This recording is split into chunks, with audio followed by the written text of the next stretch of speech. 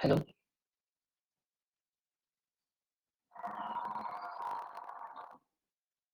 Hello, Rosalie.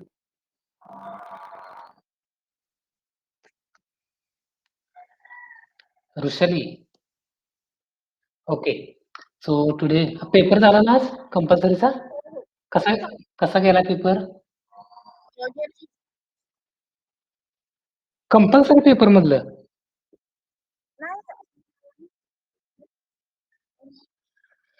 हां. चालतंय. Okay. So we will continue with the same. आपण काय पाहतोय?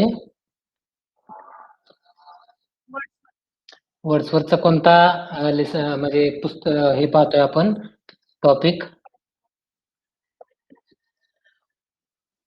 पार्ट 2 आहे. वर्ड्सवर्थचा कोणता बुक आहे आपल्याला आता सिलेबसला?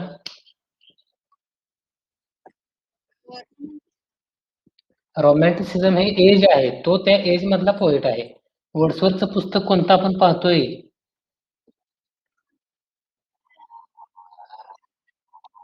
Yes, Preface to Lyrical Ballads. आणि yesterday I told you that की according to Wordsworth, पोएट्रीचा जो सब्जेक्ट आहे तो कसा असला पाहिजे? It should be taken from humble and rustic life. Okay. आणि त्यामध्ये मग पॅशन असेल किंवा लँग्वेज असेल. ओके. ही लँग्वेज सुद्धा कशी असली पाहिजे? The language that was used by or that is used by rustic people. Okay. Rustic people जी लँग्वेज वापरतात तीच लँग्वेज काय केली पाहिजे पोएटने पोएट्रीमध्ये यूज केली पाहिजे.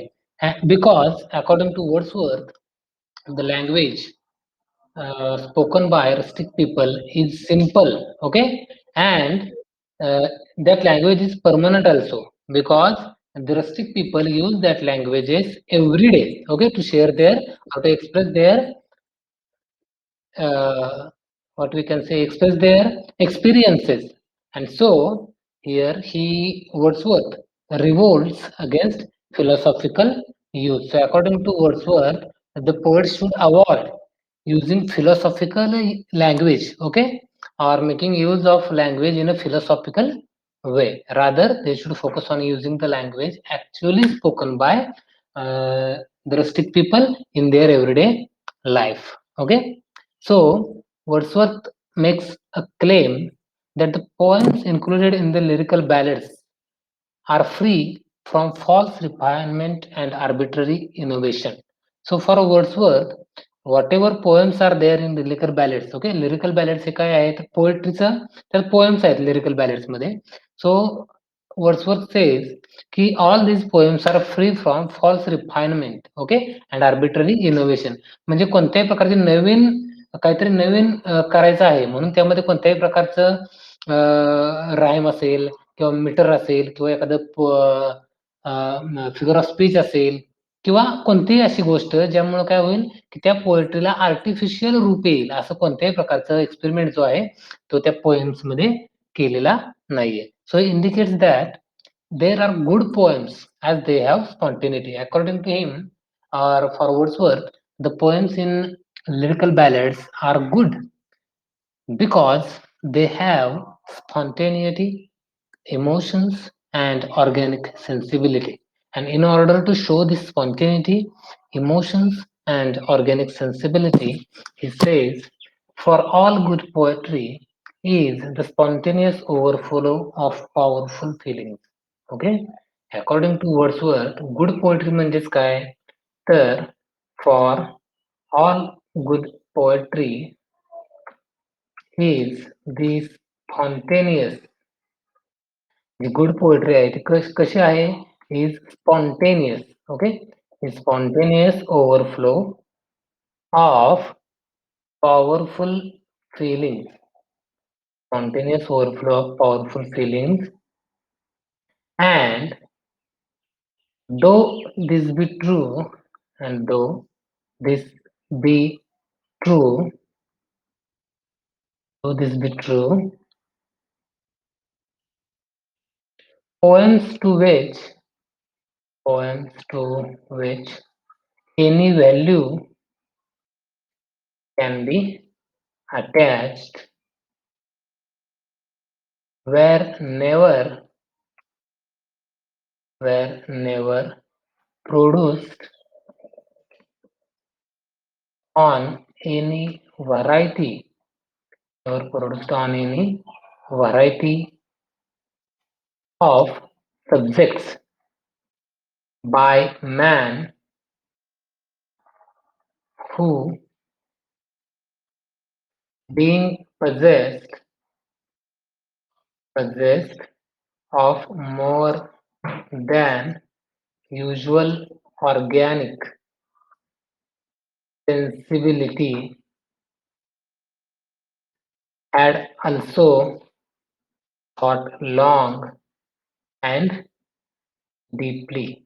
Okay, so this is his view that we find in the preface, that good poetry is the spontaneous overflow of powerful feelings. Okay, हे जे रस्टिक पीपल आहेत, ओके, त्या रस्टिक पीपलच्या ज्या काही पॉवरफुल फिलिंग्स आहेत, so the poet should try to express the powerful feelings of these rustic people spontaneously. Okay, and these poem and any value, according to Wordsworth, any value can be attached to poems. Okay, and about very subjects can be different all the time. So according to him, uh, in order to write a poetry or a poem, the poets or a person who has the ability to think deeply, okay, can write a poem. So Wordsworth explains this poetic process as an act in which feelings are modified and directed by the thoughts. So according to Wordsworth, uh, feelings are directed or modified by the thoughts. It is only powerful feelings are not enough, okay, in order to write poetry. Along with powerful feelings, the poets also need to think over it, okay. So we find that thoughts and feelings both are important, okay, in order to write poetry. He considers thoughts as the representatives of past feelings, okay. So according to Wordsworth, thoughts are the representatives. Thoughts काय present करतात, तर thoughts are the representative of past feelings. ज्या past feelings आहेत, okay, त्या represent करण्याचं काम जे आहे ते कोण करतं, थॉट्स करतो, थॉट्स करतात. So according to Wordsworth, past feelings or thoughts are the representatives of the past feelings. So without thought, we cannot express our past feelings. And when they evoked in the present, feeling and thought become representatives to each other. So when we have that past feelings in the present, at that time, both thought and feelings become representatives of each other.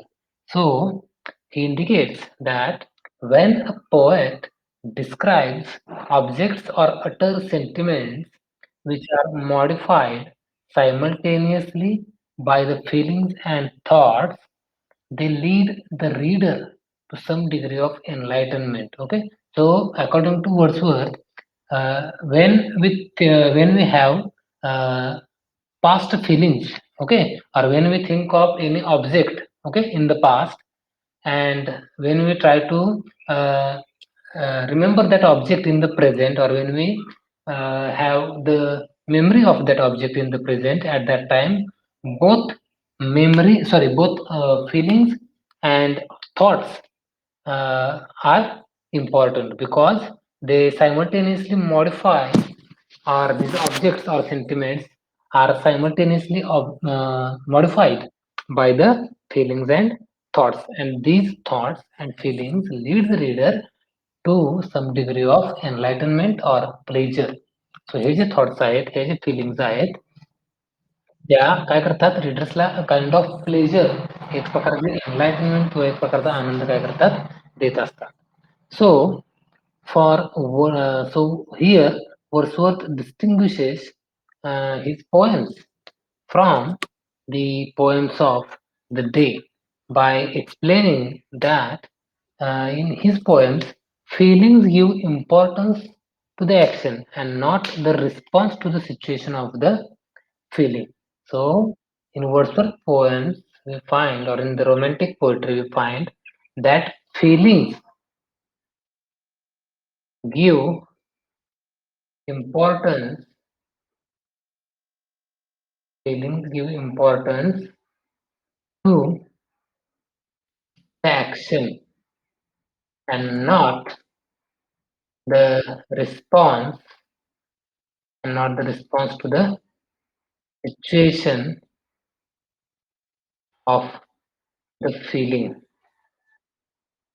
So, according to Wordsworth, the poems in poetry, feeling is important because feelings give importance to the action, and that is why feelings do not respond, okay, to the situation, but feelings give importance to the action. And so, so here Wordsworth tries to explain the function of a poet, especially in a time when the powers of mind are blunted by urbanization and standardization of occupation. So, according to Wordsworth, or in the Romantic age, we find that there is urbanization at larger scale, and Wordsworth revolts against the presentation of this urbanization, okay, in the poems. So he says that poets like Shakespeare and Milton are sidelined by frantic novels and sickly German tragedies. So according to Wordsworth, so here Wordsworth gives an example that even Shakespeare and Milton were good poets, but their poetry were sidelined by the novels of German tragedies that took place or that were being written in the 17th century, 16th and 17th century. He argues that a good poet should be able to resist these uh, idle stories by becoming a man of greater power. So, according to Wordsworth, the poet should have greater power. Okay, according to Wordsworth, the poet should have पोएटकडे काय असले पाहिजे greater power असली पाहिजे कशासाठी in order to avoid or reject whatever is idle okay the poet should have a greater power, okay, so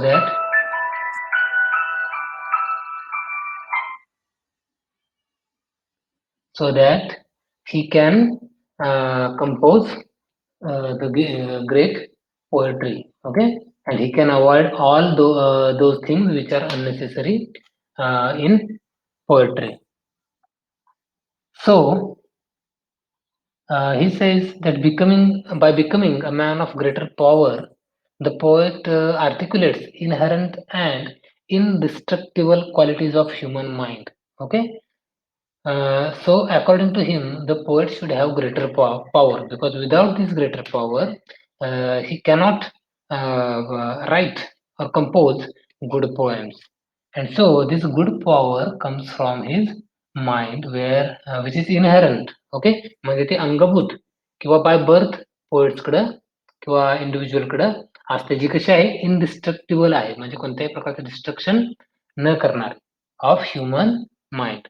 So Wordsworth talks about the style of the poems included in the lyrical ballads.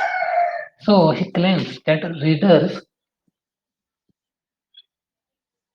will rarely find abstractions as personifications do not make a part of natural language. So as I said that Wordsworth has already explained that he has not tried to make his poetry uh, or modify his poetry by use of various artistic ornaments, okay, like personifications. Okay, personification एक आहे तर figure of speech आहे, where natural things are given personal feelings. So अशा प्रकारचे जे experimentation आहे ते romantic poetry मध्ये केलेलं नाही किंवा अशा प्रकारचे जे ॲब्स्ट्रॅक्शन्स आहेत ते अत्यंत कमी रोमॅन्टिक एजमधील पोएट्रीमध्ये आपल्याला पाहायला भेटतं. Wordsworth says, "My purpose was to imitate and as far as possible to adopt the very language of men." Okay?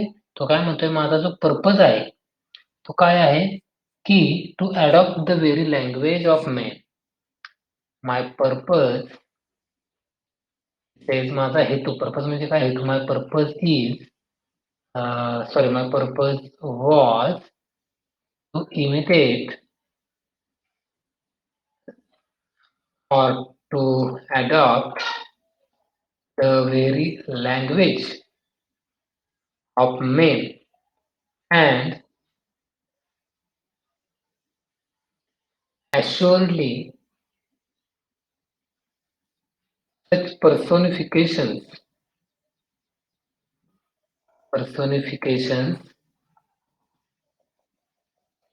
do not make any natural or regular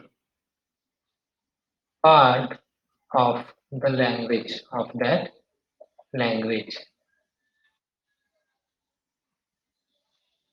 हे वर्ड्सवरचं ओपिनियन आहे की लँग्वेज जे आहे, ओके, तो काय म्हणतोय, मी I imitate the incidents from rustic life and I also choose the language, very language of men. Okay, I don't make my own language to express or to present that incident, but instead I use the language spoken by men, and for that real language personifications are not uh, that useful, okay, or not natural part of that language, and that is why he avoids the use of personifications or any artistic ornaments, because he emphasizes the use of language actually spoken by the people, that is rustic people. So here we find that Wordsworth indicates that the poetic language he employs rejects figures of speech. This is very important. That Wordsworth rejects, okay, तो नाकारतोय काय, figures of speech, कोणत्याही प्रकारचे अलंकार जे आहेत ते पोएट्रीमध्ये use न केले पाहिजेत. So he rejects the figures of speech that are merely used, because according to him these figures of speech do not add any natural element to poetry, because they are mechanical. They are only, or they only perform the mechanical functions, okay, which is of no use in poetry मध्ये figures of speech जे आहे त्यांचा use जो आहे तो reject, Wordsworth काय करतोय, reject करतोय, because they don't give any natural touch to poetry or natural beauty to poetry, because they simply add mechanic, okay, they are simply mechanics which are added to poetry. So he says that he likes to use such a style wherein he can keep the readers in the company of flesh and blood, because this, in order to study such poems where figure of speech is used, the readers have to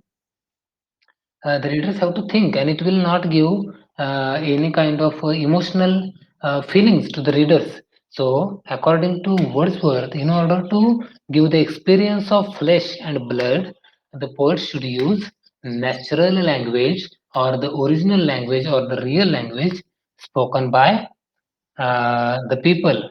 So here we find that Wordsworth wants to keep the readers in the company, कोणाच्या सानिध्यात त्याला ठेवायचं आहे, in the company of flesh, okay, and blood. म्हणजे it should present the real and natural, okay, which is inherent in our blood, okay, ज्या आपल्या inherent emotions आहेत, fillings आहेत, त्या एक्सप्रेस करण्यासाठी आपल्याला रिअल लँग्वेज यूज करणं गरजेचं आहे, which will be experienced at the time of reading by the readers. So Wordsworth indicates that he would like to bring his language near to the language of man. So according to Wordsworth, the poet should use the language which is near to the language spoken really by men. He suggests that a poet should write without falsehood and deception. A poet should not try to deceive. Okay, the poet should not try to deceive म्हणजे फसवणे.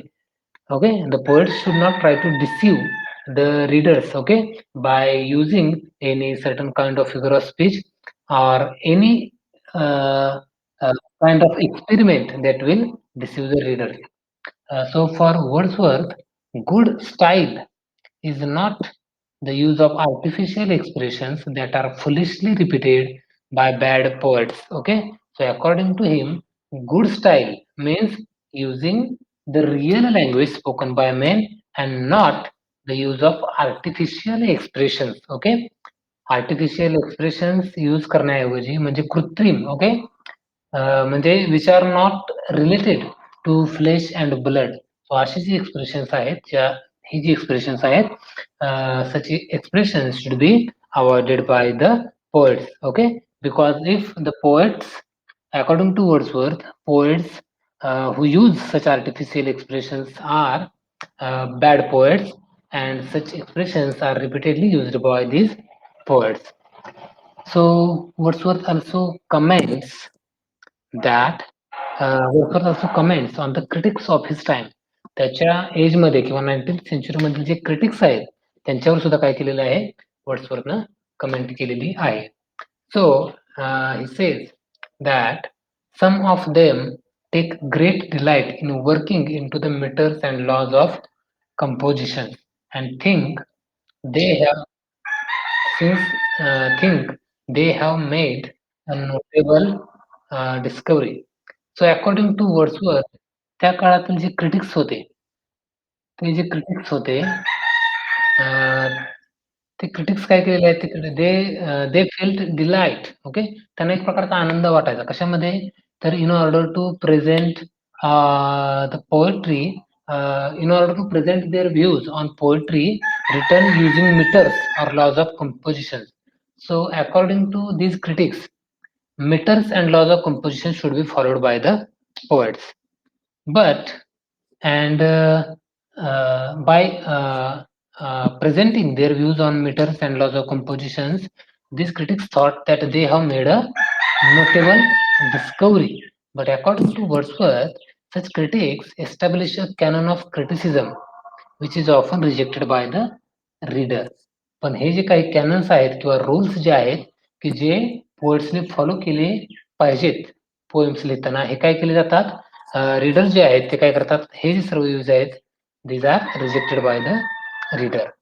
He examines a short composition of Thomas Gray, which begins with the line, "In vain to me the smiling mornings shine."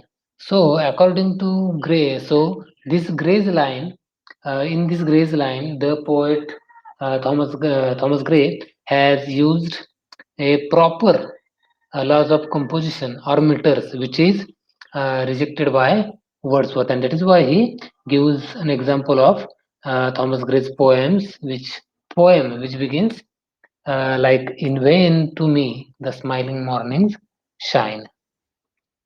So Wordsworth argues that Gray has deliberately attempted to widen the gap between prose and poetry in this work with the excessive use of inversion and artificial figures of speech.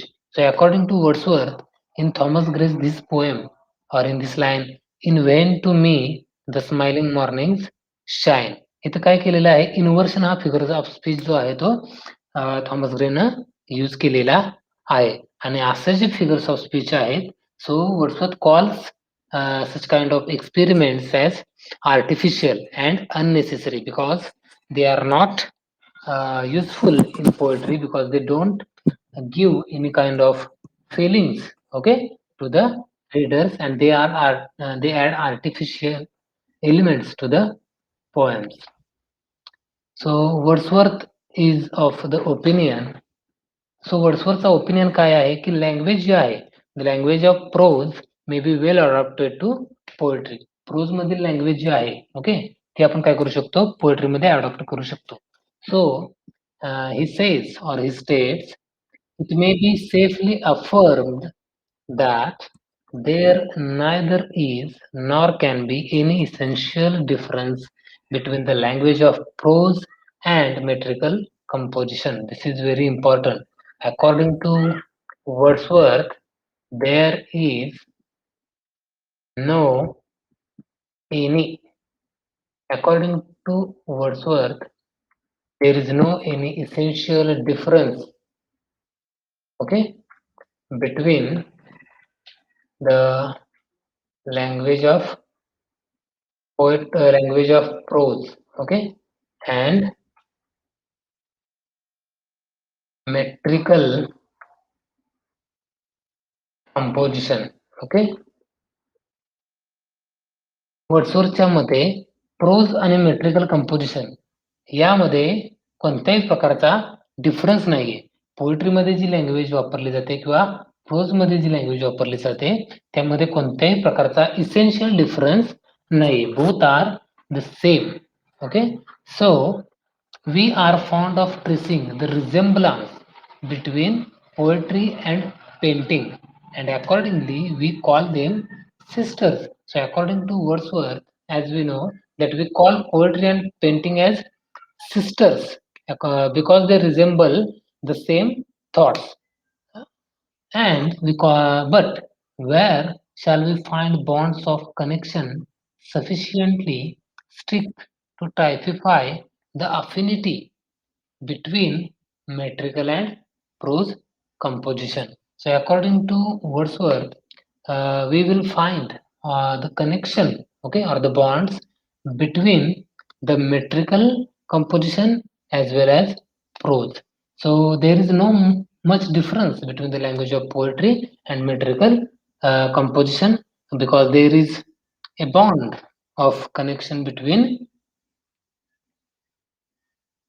the language of poetry and the language of prose. So there is no any essential difference between uh, the language of poetry and the language of metrical composition because they both present or express the or describe the objects from the lives of people.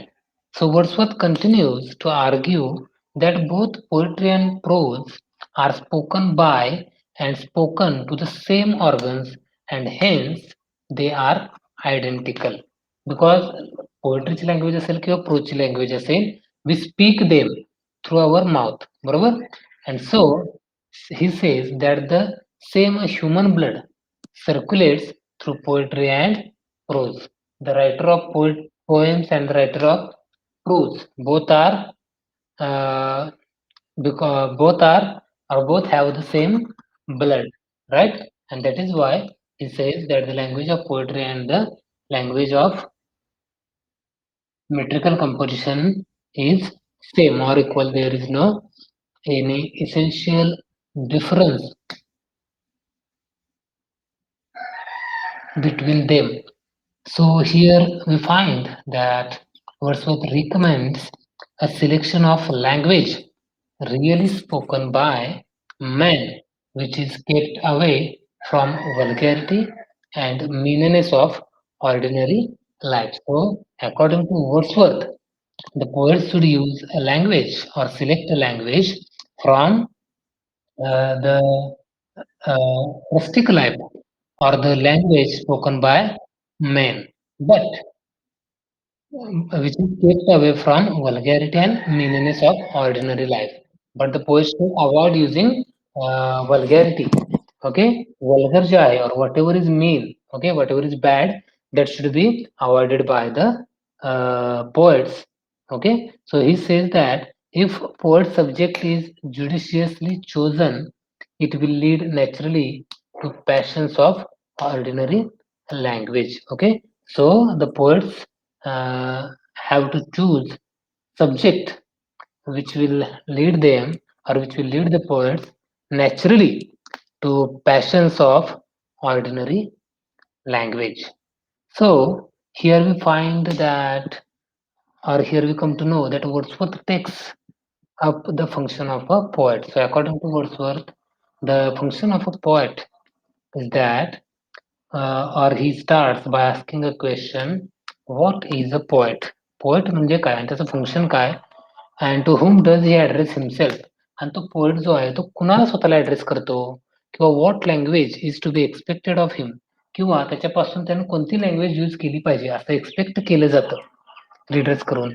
So Wordsworth considers poet as a common man with a special sensibility and insight into human nature. So according to Wordsworth, poet म्हणजे कोणी different असा व्यक्ती नाहीये. तो कोण आहे? He is a very common person, but he definitely has a special sensibility. Okay, ज्या प्रकारे तो काय करतोय त्याच्या by using his senses. Okay, and the way he meditates, the way he contemplates the object, त्याच्या आजूबाजूचे जे ऑब्जेक्ट्स आहेत, जे incidents आहेत, ज्या प्रकारे तो रिसीव्ह करतोय त्याच्या माइंडमध्ये, ज्या प्रकारे त्याच्यावर तो कंटेम्पलेशन करतोय, and then he tries to present his views, and then he tries to compose his poems. हे कुणाला, हे फक्त पोएट्सलाच जमू शकतं. पण पोएट्स म्हणजे कोण, तर कॉमन पर्सनच आहे, but the only difference is that he has a special sensibility and insight. ज्या प्रकारे त्याचं अंडरस्टँडिंग आहे ह्युमन नेचरचं, मानवी स्वभाव ज्याला आपण म्हणतो, ते अंडरस्टँडिंग इथं महत्वाचं आहे. So he says he is a man speaking to men. Okay, तुम्हाला एक्झामला you will be asked that according to Wordsworth, the poet is a man. So he says he is, he म्हणजेच कोण, तर poet. Poet काय करतोय, he or poet is a man speaking to men. तो इतर लोकांबद्दल, इतर लोकांशी बोलतोय, म्हणजे speaking to men. Man, it is true. Okay, जो ट्रू नेचर आहे किंवा ट्रू मॅन आहे त्याचं तो रिप्रेझेंटेशन करतोय किंवा डिस्क्रिप्शन करतोय. एंडाउड विथ, आणि त्याला अशी एंडाव केलेलं आहे तेव्हा, म्हणजे देणगी दिलेली आहे. कोणती? Endowed with more, endowed with more lively sensibility. त्याची जी सेन्सिबिलिटी आहे, त्याची जी पॉवर ऑफ सेन्सिबिलिटी जी आहे ती, it is very powerful. Sensibility means to understand what is good and what is bad, what is moral and what is immoral. त्याचबरोबर he has more एन्थुझियाझम, त्याच्याकडे जो उत्साह आहे तो सुद्धा कसा आहे, it is very, it is a lot of enthusiasm is there, okay, in the poet. So enthusiasm and tenderness, त्याचबरोबर त्याच्याकडे टेंडरनेस सुद्धा आहे. Tenderness, who has a greater knowledge of human nature. आणि त्याचबरोबर त्याच्याकडे काय आहे, तर नॉलेज आहे. कसा, who has a greater knowledge, कशाचं नॉलेज आहे त्याच्याकडं, he has a greater knowledge of human nature, मानवी स्वभाव जो आहे त्याच्याबद्दल त्याच्याकडे काय आहे, नॉलेज आहे. And a more comprehensive soul, त्याचबरोबर त्याच्याकडे कसं आहे, a more comprehensive soul, where he knows about where he has the knowledge of the lives, the souls of, or we can say that he has the knowledge of the human nature.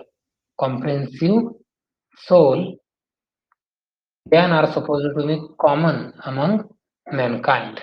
A man pleased with his own passions and volitions, and who rejoices more than other men in the spirit of life that is in him. So he enjoys his life. The poet is the person who enjoys, who rejoices his life than other men.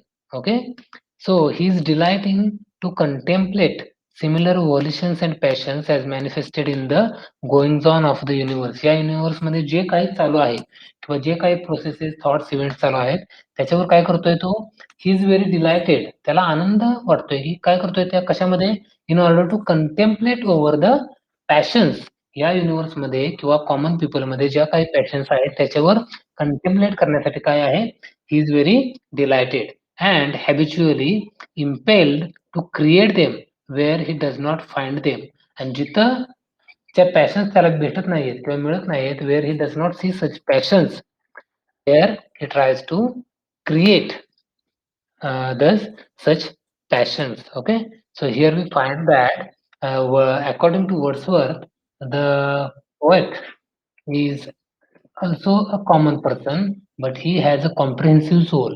त्याच्याकडे differentiate किंवा तो different का आहे, वेगळा का आहे? कारण त्याच्याकडं एन्थुसियाझम आहे, त्याचबरोबर त्याच्याकडे लाईव्हली सेन्सिबिलिटी आहे, त्याच्याकडे टेंडरनेस आहे, त्याचबरोबर त्याच्याकडं knowledge of human nature, okay?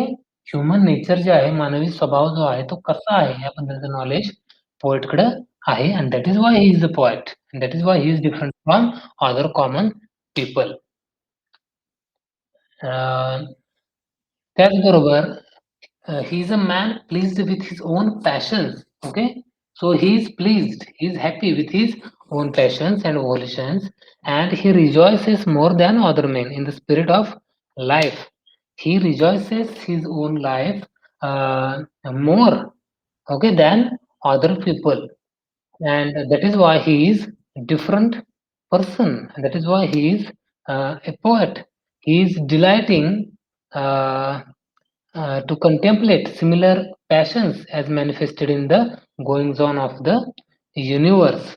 Whatever passions are going on, okay, whatever passions that we experience in our everyday life, the poet enjoys or feels delighted when he has or when he comes to know these passions which he enjoys and habitually impelled to create them where he does not find them. So wherever he does not find such passions, such spontaneous overflow of powerful feelings, he tries to create them. He tries to create such passions at that time or at that very moment. Okay, so this is Wordsworth's views about poet, and here we find how Wordsworth differentiates between the poet and the ordinary people. इथं वर्ड्सवर्थनं काय केलेलं आहे की poet आणि ordinary people मध्ये काय फरक आहे, त्यांच्यामध्ये काय डिफरन्स आहे, तो त्यानं काय केलेला आहे इथं प्रेझेंट केलेला आहे. Okay, so we will stop here. Tomorrow we will begin with the same. Okay, आपण इथे थांबूया. उद्या आपण हेच लेक्चर काय करणार आहोत, कंटिन्यू करणार. ओके, सो मला एक सांग Rushali, is it possible for you to attend the lecture in the morning? But when if I conduct your lecture from 9 to 9:45, is it okay for you? 9 ते पावणे 10.